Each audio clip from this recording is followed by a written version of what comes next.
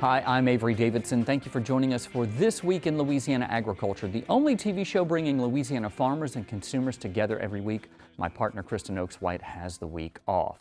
The Vermilion Parish Farm Bureau nearly swept all of the awards, including the President's Award and Top Young Farmers and Ranchers Awards for almost every category at the Louisiana Farm Bureau's 100th Annual Convention in New Orleans. Now, is it something in the bayou water down there?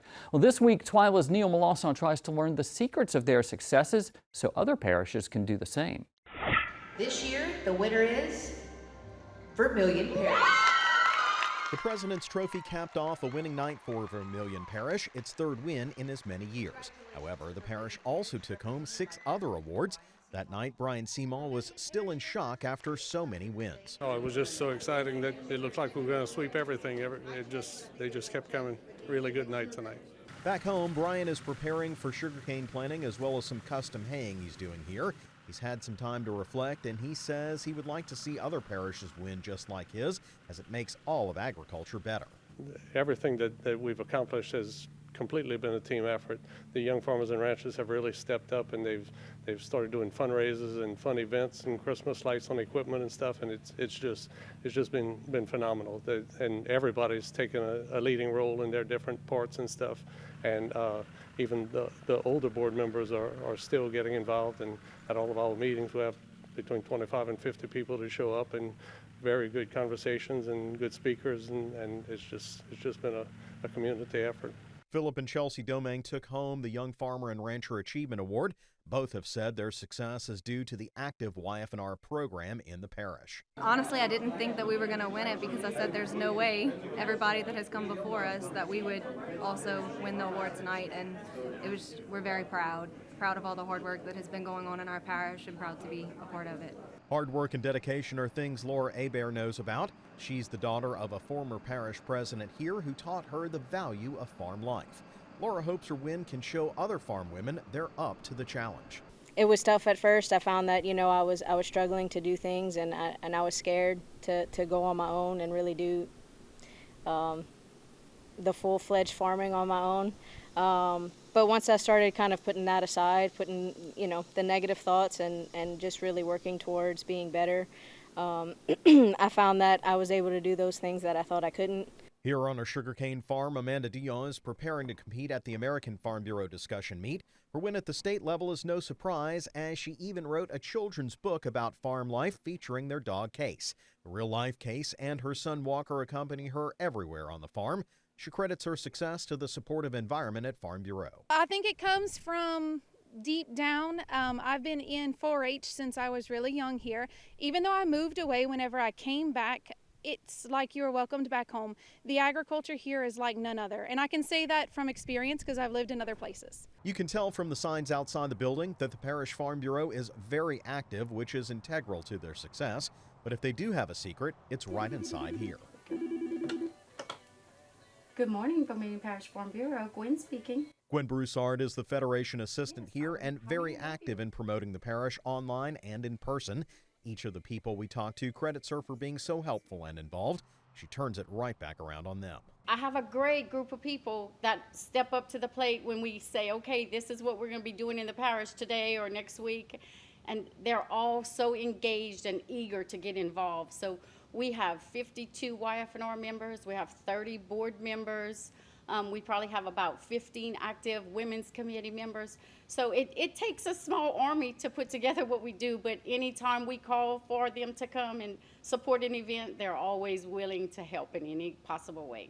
Before these last 3 years, the last time Vermilion Parish won the President's Trophy was the mid-90s. While the new awards are prominently displayed, Gwen said she'd like to see the success spread statewide. We went from probably 10 to 12 members to 30 in that first year, and we're up to a little over 50 now. So it's a great family involvement. A lot of time they bring their kids to events. So it's great to see that the young group is so involved in our grassroots program.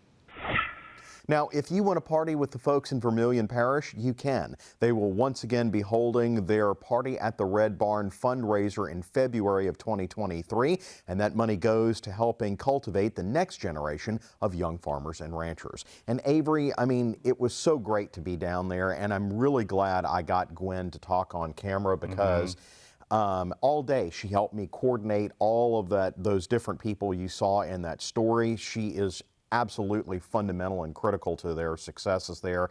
But you know, as everyone said, it's all of them pulling together that bring it in, and they've got such an active participation rate in Farm Bureau. One of the things that I didn't mention in the story, though, is that they also have a very active 4-H program in Vermilion Parish. And they found that many times that a lot of these 4-Hers go off to college, but they come back because they get so enthused and they see how, you know, Farm Bureau works and USDA, you know, NRCS working down there, and all of the folks that are there come together to help make this just great environment. Small town communities, but communities that come together and really work well together. And the energy these people have, I mean, Rosalind Sema, I don't know who wakes up in the morning with more energy than her. Well, a funny story about that, Roz was there at the interview that I did with Brian, her husband, and she had just, before I got there about 11,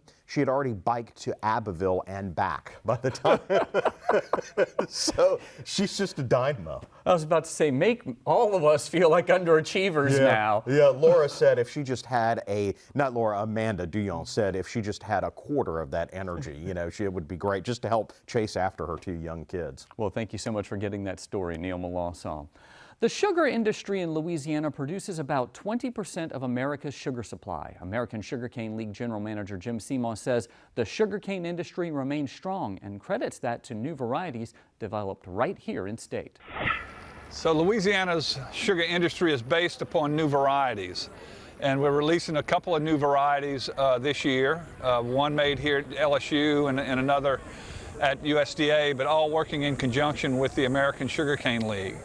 And new varieties are really the lifeblood of our industry. So it's crucial that our researchers work diligently and that we, as growers and processors of sugarcane, support them in the development of new varieties. Over time, a variety loses its vigor and its ability to effectively produce. And so having new varieties released on a regular basis are crucially important to our industry. Our industry is built on good sugarcane varieties, and that's done right here at the LSU Agricultural Sugarcane Experiment Station. Our crop really looks good this year. We've been fortunate to have some pretty good weather for growing sugarcane.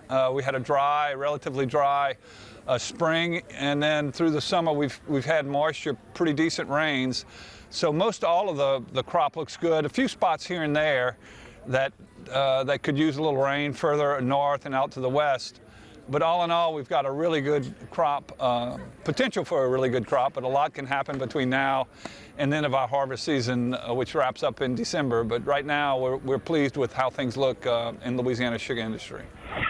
Planting next year's sugarcane crop will begin in a few weeks, and harvest for this year's crop will begin in September. This summer has been extraordinarily hot and dry for much of Louisiana. That's causing many farmers to irrigate their fields earlier and more often. As Craig Gautreaux shows us, irrigation can mean the difference between a successful crop or crop failure. On many Louisiana farms, irrigation equipment has been running nearly non-stop. In Shreveport, the city recorded its hottest June day ever, leading many farmers in the area to stage more irrigation events on their crops than normal. We tend to say we need about 3 to 5 in a normal year, and then like this year, we're looking at possibly 8 to 10. Farmers use 3 primary energy sources to power their irrigation equipment: propane, diesel, and electricity. Before this year, the average cost of an irrigation event was estimated at $12 an acre. But with soaring energy costs, it will be much more. With fuel prices today, if you're running off of diesel, you know, that $12 could easily be $24. The 2 primary methods for irrigation are plastic piping and pivot irrigation. Advancements in technology are helping make irrigation more efficient and reduce water usage. There's a lot of technology coming out with pivots, automating pivots and making them variable rate so that you can water different parts of the field differently with one machine. In some years, irrigation isn't necessary, but in dry years, it is essential in making a successful crop. For example, soybeans will see a 20 to 30 bushel per acre increase from non-irrigated to irrigated. While only about 5% of the state's sugarcane crop is irrigated, as the cane belt extends northward, Davis Conger believes this number will have to grow. With the LSU Ag Center, this is Craig Gotro reporting.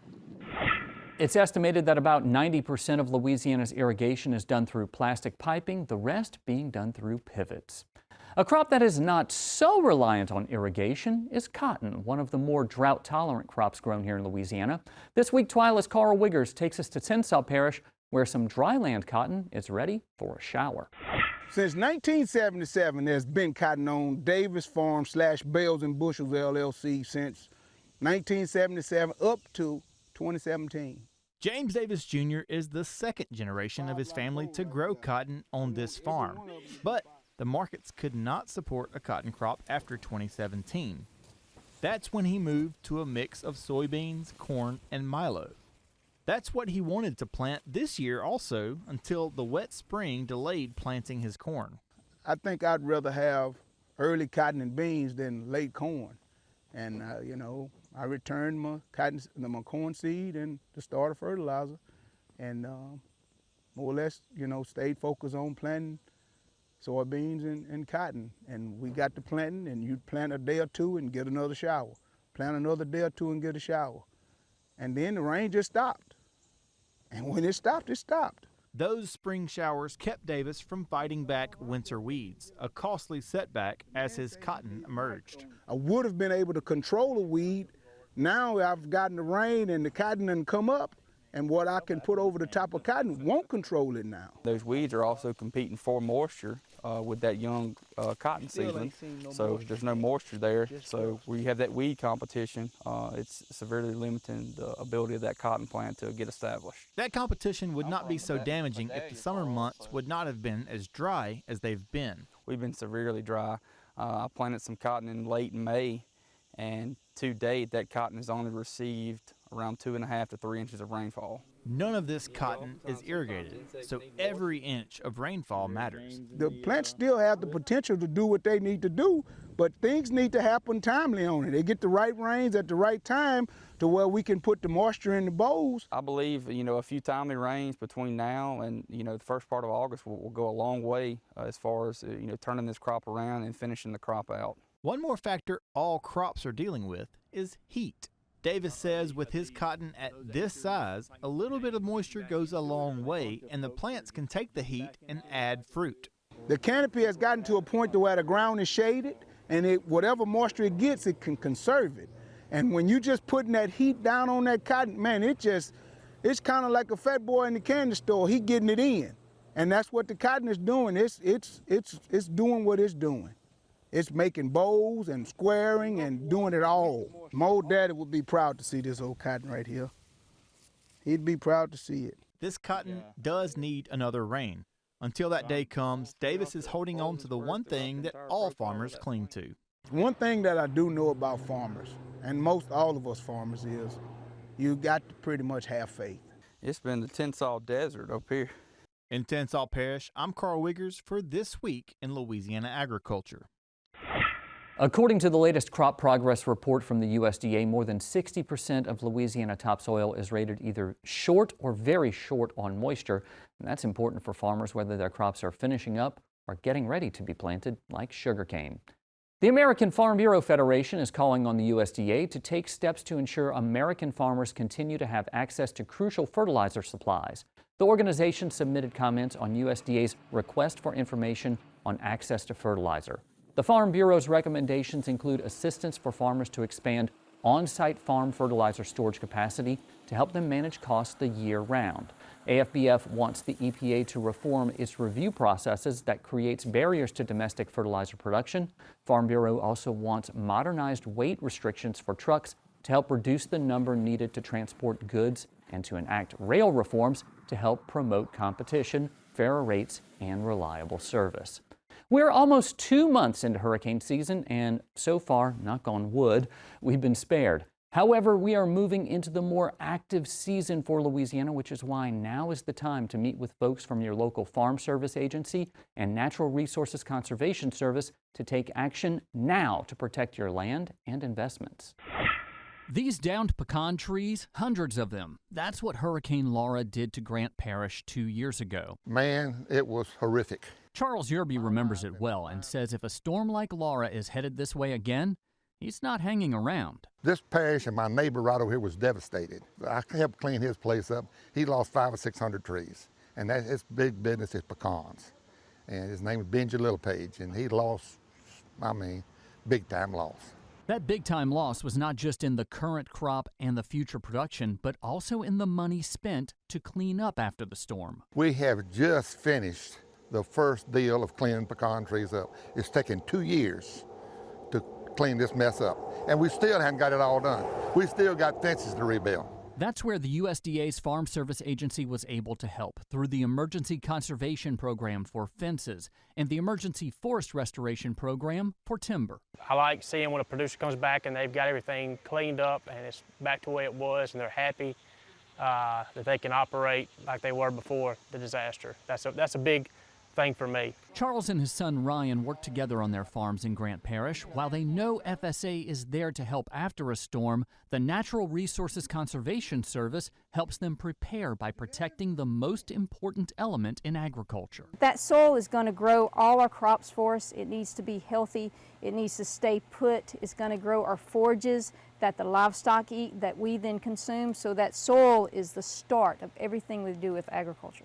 Dana Schuff is the Louisiana State Resource Conservationist for NRCS. The Yerbys say they know from experience how conservation programs have helped them protect the soil for their row crop and cattle operations. We've already started programs to prevent erosion, so whenever the heavy rains, the backwater flooding, all of these things come into play, the soil is held in place. Another vital part of storm preparation is getting records in order and documenting what you have before and after a natural disaster. It's something Ryan Yerby says helped his family. Looking back on how they've benefited us, I would tell any farmer, take a look at anything that's available through FSA, through NRCS, and be prepared. Just because you don't think the storm's going to hit you, you never know. We were not expecting Laura and Delta to come through at 122 miles an hour in Grant Parish in the dead center of the state, but it did. It was devastating for the pecan operation, for the livestock operations, and thankfully with these programs that came about, it helped us keep our status quo. They really are some helpful folks. If you would like to learn more about how to get in touch with your local FSA or NRCS office, visit our website at twilatv.org or click the link with this story on YouTube. Still to come on TWILA, we cool off from the summer heat with a sweet treat from Washington Parish. You know what I'm talking about. Stay with us.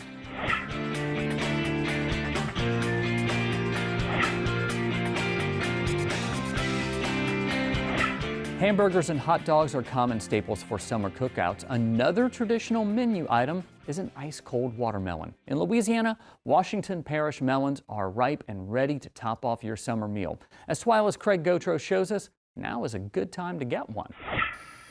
In Louisiana, Washington Parish and watermelons are synonymous. And as a summer treat to help beat the heat, now is the time to enjoy one. But what is it that makes these watermelons so good? I believe it has a lot to do with the soil type, the soil fertility, the pH of the soil. All those things kind of come together to make a good quality melon. Last year was a poor year for melons, according to Tally. Believe it or not, wet weather is not conducive to producing a good crop of watermelons. This year's weather has been much more cooperative. Typically, your melons come in, generally speaking, a couple of weeks before the 4th, and we've just had exceptional environmental factors this year that would allow for them to come in a little bit earlier. So exactly how long does it take to get a watermelon to a good marketable size? It varies by variety and by whether people plant from seed or transplant, but usually somewhere around 90 days. Watermelon patches aren't the prettiest of fields because weed pressure is intense, especially when grown on bare ground as opposed to using a plastic mulch barrier. LSU Ag Center scientists used one of Tally's fields to test a variety of herbicides. In grower fields, it's a real world spectrum of weeds. Lots of broadleaves. There's probably 10 or 12 different species of broadleaf weeds that they have out here in the field, and we can't repeat this kind of thing in a research station. So support your local farmers and cap off your summertime cookout with a delicious, nutritious watermelon. With the LSU Ag Center, this is Craig Gautreaux reporting. Tally farms more than 20 acres of watermelons and is hopeful that his yield approaches 800 marketable melons to the acre. Still to come on TWILA, a very musical TWILA boost. Stay with us.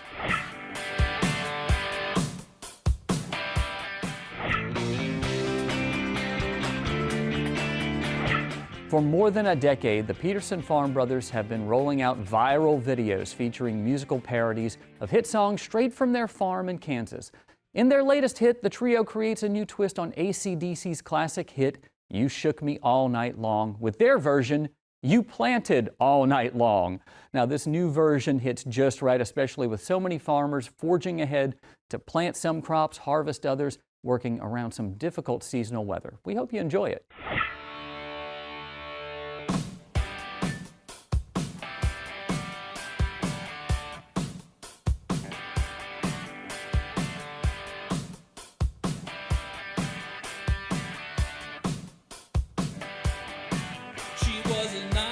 I kept her Andy clean. She was the best corn planter I have ever seen. All loaded up with seed with the tractor to lead, fertilizing the soil so that the world can eat. No time to rest. I set my GPS. Such a perfect night. Was thinking, man, I'm blessed. My mind was thinking. My coffee I was drinking. My monitor's blinking, and I started singing. Planted all night long. Yeah, you planted all night long. Working overtime to beat the thunderstorm line. Gotta get this field done before it's 9. Yeah, 9. Planting's almost done. Just need this final run. After that, I let it rain and mix it with some sun. Got my family around for these final rounds. Gonna teach baby B about these beautiful sounds. My mind was thinking, my coffee I was drinking, my monitor's blinking. We started singing and you planted all night long. Yeah, you planted all night long and knocked acres out.